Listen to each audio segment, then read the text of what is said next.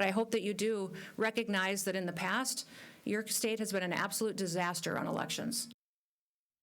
Welcome back to Square Off. That was former Homeland Security Secretary Kristi Noem taking what turned out to be her parting shot at Arizona's elections. Now Noem has departed for good, fired by President Trump.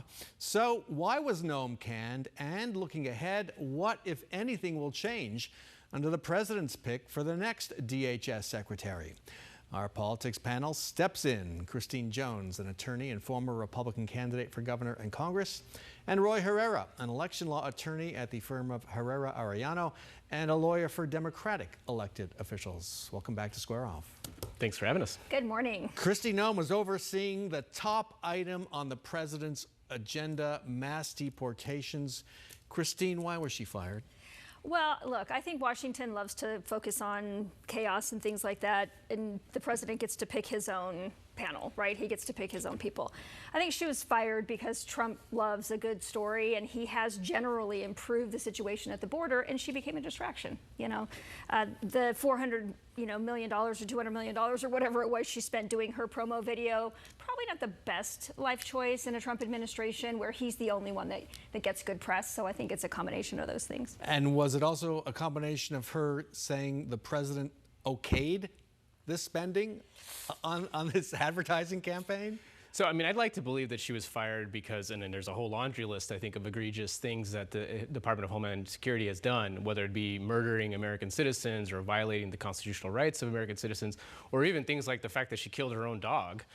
Those are all fireable offenses in my book. But I think, to your point, Bram, the real reason why she got fired is because she seemed to shift blame on a no-bid contract worth hundreds of millions of dollars, which went to her own political associates, on President Trump. And the one thing I think you don't do in this administration when there's a controversy is blame the president himself. And as soon as that happened, I think that's when she was done. With fairness, that's every administration.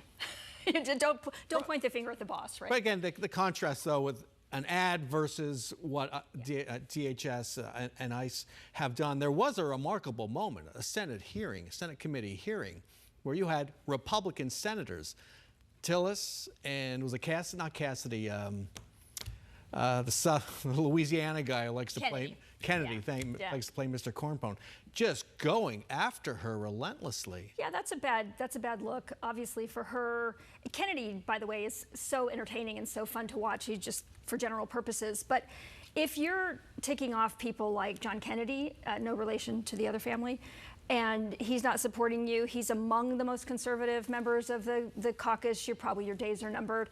And the problem was she didn't have good answers for the questions, right? She couldn't even pivot back to saying, well, this is a really important thing that we're doing. This is an important thing we're spending this money on because it's going to accomplish the following of the president's goals.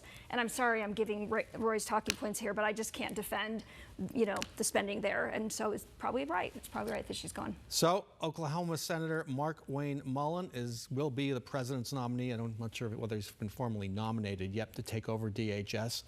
What message should he take away from Noem's firing? Well, again, I go back to the fact that I think she was fired for something that's separate from what I think she really should have been fired over. I think we have seen in polling, certainly, that the popularity of their interior enforcement actions under Noem have become, really unpopular. I mean, a lot of the things that I've been talking about, the constitutional violations, some of the immigration enforcement they've been doing, and of course, I'm separating that from border security, but I'm talking about interior immigration enforcement, has become really unpopular. So I think in a normal administration, a new DHS secretary would look at that and say, okay, we've got to change the way that we are doing things because the American people don't like it. Again, I go back to knowing this administration and this president, they never seem to admit that they do anything wrong. They usually double down on whatever they do. And so for that reason, I think I'm pretty pessimistic that just by the fact that they switched secretaries, that is actually going to change any actual meaningful practice at DHS. Mass deportations remains the top agenda item for the president. Mark Wayne Mullen has no law enforcement experience, has small business experience. Yeah, I think this is a cautionary tale. First of all, if you're the governor of a state or one of the two senators from a state, don't quit your day job to go into the administration, particularly if you're not qualified, right? We have to stop hiring these people that don't have any qualifications. I think in terms of the enforcement, obviously, Roy and I very much disagree on the effectiveness of that. The local law enforcement not getting along with the DHS guys and whatnot. But we have to continue to enforce the law we have made progress at the border. If Mark Wayne Mullen is way over the top in terms of his approach, beating people up, shooting them, you know, those sorts of things, he's probably not going to last long either. So my sense is he probably comes back from the brink a little bit in terms of the enforcement, even though he may personally have a view about mass deportation.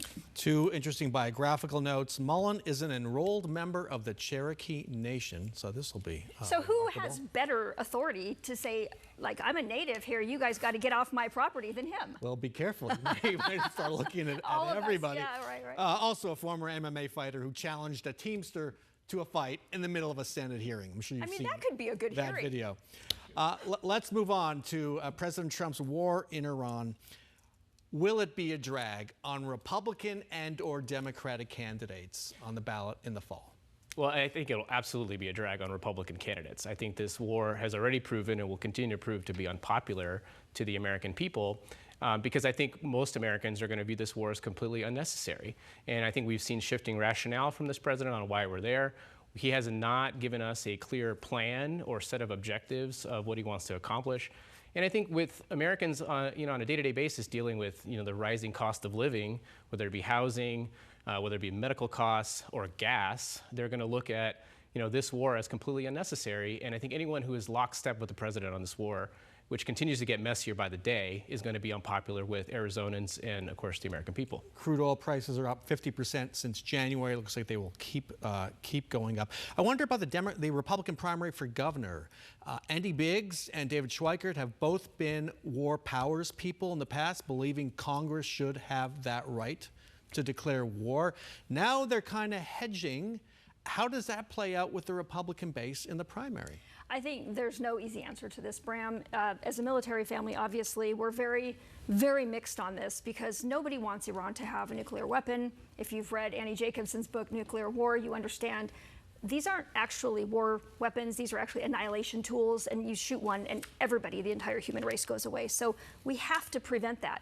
Nevertheless, I'm not sure this administration, and therefore Schweikert and Biggs, have been able to say, this is the case, this is why we're sending your 18-year-olds to possibly die for a cause. And unless and until they can do that, the Republicans are going to take a hit for this, even from military families, because we don't want to send our cadets. You know how many cadets we have on active duty right now? We don't want them going to die for something that's not meaningful. So Biggs and Schweikert, I think, particularly as the top of the ticket for Arizona, have to make a case for this, even if the president doesn't. Otherwise, they're going to take it in shorts. All right. Got to end it there. Christine Jones, Roy Herrera, thanks so much for joining us. Thank you. Thank you. Remember, 12 Plus is the streaming home of 12 News. You can see all our Sunday Square Off coverage there. Download 12 Plus on your Roku, Fire TV, and Apple TV devices right now. And that's our show for this week. Thanks very much to all of our guests. Thank you so much for joining us. See you back here next weekend for another round of Sunday Square Off.